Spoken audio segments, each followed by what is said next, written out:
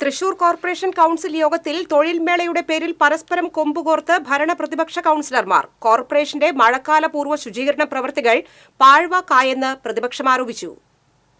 3 അജണ്ടകളുമായി ചേർന്ന അടിയന്തര കൗൺസിൽ യോഗത്തിലാണ് കോർപ്പറേഷൻ സംഘടിപ്പിക്കുന്ന തൊഴിൽമേളയുടെ പേരിൽ LDF കോൺഗ്രസ് അംഗങ്ങൾ തമ്മിൽ ആരോപണ പ്രത്യാരോപണങ്ങളുമായി ഏറ്റുമുട്ടിയത്. സർക്കാരിന്റെ തൊഴിൽ പൂരത്തിന് ചുവടുപിടിച്ച് കോർപ്പറേഷൻ നടത്തുന്ന തൊഴിൽമേള വെറും പ്രഹസനമാണെന്ന് പ്രതിപക്ഷ നേതാവ് രാജൻ ജയപ്പല്ലൻ ഉൾപ്പെടെയുള്ള പ്രതിപക്ഷ കോൺഗ്രസ് കൗൺസിലർമാർ കുറ്റപ്പെടുത്തി. നിലവിൽ ഇല്ലാത്ത തസ്തിക പോലും ഉണ്ടാക്കിയാണ് കോർപ്പറേഷനിൽ CPM DYFI പ്രവർത്തകരെ LDF ഭരണ നേതൃത്വം നിയമിക്കുന്നതെന്നും പ്രതിപക്ഷം ആരോപിച്ചു. ഇത്തരം അനധികൃത നിയമനം സംബന്ധിച്ച കണക്ക് അടുത്ത കൗൺസിലിൽ വെക്കാൻ മേയർ തയ്യാറാകണമെന്ന് പ്രതിപക്ഷാംഗം ലാലി ജെയിംസ് ആവശ്യപ്പെട്ടു. എന്നാൽ LDFന്റെ പ്രകടന പത്രികയിലെ വാഗ്ദാനങ്ങളാണ് സർക്കാരും കോർപ്പറേഷൻ ഭരണസമിതിയും നടപ്പിലാക്കുന്നതെന്നും സർക്കാരിന്റെ തൊഴിൽമേളയിലൂടെ ഇതിനോടകം നിരവധി പേർക്ക് ജോലി ലഭിച്ചതായും അതിൽ വിരളി പൂണ്ടിട്ട് കാര്യമില്ലെന്നുമായിരുന്നു ആരോപണങ്ങൾക്ക് LDF അംഗങ്ങളുടെ മറുപടി.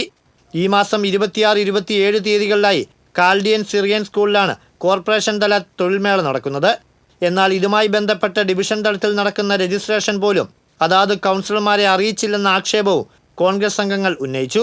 മേളയുമായി ബന്ധപ്പെട്ട സംഘാടക സമിതിയുടെ കരടിനും കൗൺസിൽ രൂപം നൽകി. ഇക്കണ്ടവാരിയർ റോഡ് വികസനത്തിനായി സ്ഥലം ഏറ്റെടുത്തതിന്റെ കുടിശ്ശിക തുക ഒറ്റത്തവണയായി അടയ്ക്കൽ, ഹൈക്കോടതി വിധിയുടെ പശ്ചാത്തലത്തിൽ ടെലികമ്മ്യൂണിക്കേഷൻ ആവശ്യത്തിനായി സ്ഥാപിച്ചിട്ടുള്ള ഹെഡ് പോളുകളുടെ വാർഷിക വാടക നിശ്ചയിക്കൽ സംബന്ധിച്ച അജണ്ടകളും യോഗം ചർച്ച ചെയ്തു. ഇക്കണ്ടവാരിയർ റോഡ് വിഷയത്തിൽ കുടിശ്ശിക തുക ഒറ്റത്തവണയായി കൊടുത്താൽ 15% പലിശ ഒഴിവാക്കി തരുമെന്ന് കൗൺസിലിനെ തെറ്റിദ്ധരിപ്പിച്ച് 2,05,00,000 രൂപ ഒറ്റത്തവണയായി നൽകുവാൻ ശ്രമിക്കുന്നത് വൻ അഴിമതിയാണെന്ന് പ്രതിപക്ഷ നേതാവ് ആരോപിച്ചു. കൂടാതെ ഏപ്രിൽ 30-ന് മുമ്പ് വലിയ തോടുകളിലെയും ചെറിയ കാനകളിലെയും മണ്ണും പായലും ചെളിയും തടസ്സങ്ങളും നീക്കി ശുദ്ധീകരിക്കുമെന്ന കളക്ടറുടെ ചേംബറിൽ കൂടിയ യോഗത്തിലെ കോർപ്പറേഷൻ ഭരണസമിതിയുടെ വാഗ്ദാനങ്ങൾ നടപ്പിലാക്കിയില്ലെന്നും പ്രതിപക്ഷ നേതാവ് കുറ്റപ്പെടുത്തി. അടിയന്തര കൗൺസിൽ യോഗത്തിൽ LDFലെ 10-ൽ 10 കൗൺസിലർമാർ പങ്കെടുത്തില്ല എന്നതും ശ്രദ്ധേയമായി.